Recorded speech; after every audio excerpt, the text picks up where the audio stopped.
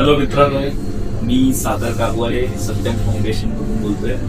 आज आपण रवी hall क्लिनिकच्या blood बँकेत आलो आहोत. एक क्रिटिकल पेशंट आहे लिव्हर ट्रान्सप्लांटसाठी आणि त्या पेशंटसाठी प्लेटलेट डोनेशनची नितांत गरज असल्यामुळे जसं मला ग्रुपमधून समजलं तसं मी आणि माझा भाऊ विश्वनाथ रवी हॉल क्लिनिकच्या ब्लड बँकेत आलोय. सो आज आम्ही तुम्हाला डिटेल प्रोसेस पण या व्हिडिओच्या माध्यमातून सांगू.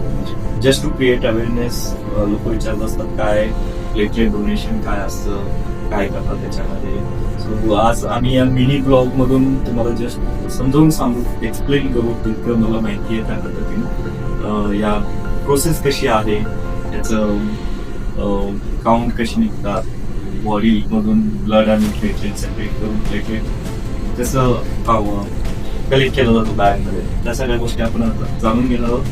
तर ही आहे ब्लड बँक मधली अफेरेसिस म्हणजे अफेरेसिस डिपार्टमेंट आहे, जिथे स्पेसिफिकली प्लेटलेट डोनेशन केलं जातं. आणि हा इकडचा हा जो रूम आहे हा ब्लड डोनेशनचा रूम आहे. सो इथे तुम्ही बघू शकता की हे ब्लड डोनेशनसाठी ठेवलेले बेड्स आहे. सो इथे ब्लड डोनेट करून घेतले आणि त्यामध्ये प्लेटलेट डोनेट करून घेतलं जातं. सो आता जसं सांगितलं, प्लेटलेट डोनेशन करण्याआधी 2 तासापूर्वी तुमचं ब्लड सॅम्पल घेऊन लॅब टेस्टिंग केलं जातं आणि त्याच्यामध्ये पाहिलं जातं की तुमचं हेल्थ तुम्ही नॉर्मल आहात का. बरेच पॅरामीटर्स त्याच्यामध्ये जसं माझं इथे ब्लड कलेक्शन घेतलेलं आहे, सॅम्पल कलेक्ट केलं आहे, सध्या रविवारच्याच लॅबमध्ये गेलं आहे आणि आपण बघूया थोड्या वेळातच आपला रिपोर्ट येईल. त्याच्यामध्ये जर सगळ्या गोष्टी माझ्या पॅरामीटर्स विदिन रेंज असतील, नॉर्मल असतील, तर मी रक्तदान आणि प्लेटलेट दान करण्यासाठी फिट आहे असं समजलं जातं. आणि प्लेटलेट डोनेशन करण्याआधी सगळ्यात महत्त्वाचं म्हणजे तुम्हाला एकदा तरी का होईना ब्लड डोनेशन केलेलं असणं खूप महत्त्वाचं आहे. ब्लड डोनेशन करण्यासोबतच तुमचं वेनची जी थिकनेस आहे ती असणं खूप गरजेचं आहे प्लेटलेट डोनेशन मध्ये. कारण वेन जर तुमचं स्ट्रॉंग आणि विजिबल असेल, मोठा असेल, तर प्लेटलेट डोनेशन साठी हेल्प करतो. तर प्लेटलेट डोनेशनचा जो अफेरेसिस प्रोसेस आहे तो ऑलमोस्ट 6 to 19 मिनिट्सचा हा प्रोसेस असतो. त्याच्यामध्ये त्याचा जो निडल असतो, निडलही खूप मोठा असतो. सो तुम्हाला पेन होण्याचे चान्सेस असू शकतात. त्यामुळं नॉर्मली डोनरचे वेन सुद्धा चेक केले जातात. सो चला तर बघूयात, एक 5-10 मिनिटांनी आपल्याला होऊ शकते की माझा जो रिपोर्ट गेलेला आहे, सॅम्पल गेलेलं आहे, त्याचा रिपोर्ट येईल. आल्यानंतर मी तुम्हाला सांगेल की माझा रिपोर्ट कसा आहे आणि मी प्लेटलेट आज देऊ शकतो की नाही, आज मी या पेशंटसाठी मदत होऊ शकतो की नाही तुम्हाला सांगेल. धन्यवाद.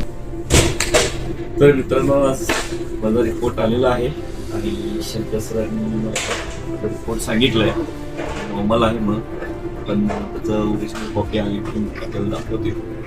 जस्ट कोणते रिपोर्ट यायला आज नाही, 5 मिनिटं वेळ आहे. पण आता आपली तयारी चालू झालेली आहे प्रोसेसची. ही आहे आपली इन्स्ट्रुमेंट, त्याच्यावरती माझ्या बॉडीमधून ब्लड काढली जाते आणि सेपरेशन प्लेटलेट्स काउंट बाजूला करून परत ब्लड जो आहे बॉडीमध्ये घेतलं. सो शंकर सर जे आहेत आपली तयारी करत आहे, त्याचं जे बॅग आहे, मशीन आहे, त्याची पूर्ण तयारी करत आहे. सो चला आपण तयारी लागू आपण डोनेशनच्या. मग आता हे जॅकेट काढावं लागेल.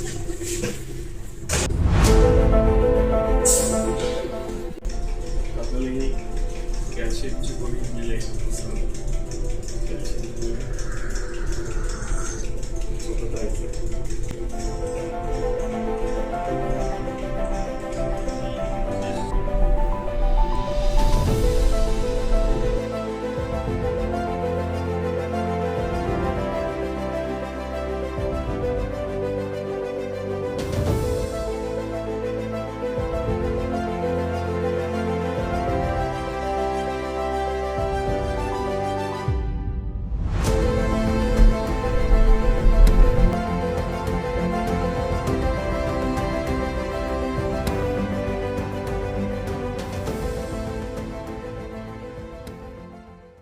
फ्रेंड्स, आत्ता रात्रीचे 2:18 झालेत आणि 12:50 डोनेशन स्टार्ट झालं होतं आणि आता 1:57 डोनेशन कंप्लीट झालं. त्यानंतर आम्हाला छानसं सर्व्हिस देण्यात आलं. रुबी हॉल ब्लड बँक, दूध आणि सीड्स, थोडंसं स्नॅक्स आम्ही खाल्लो.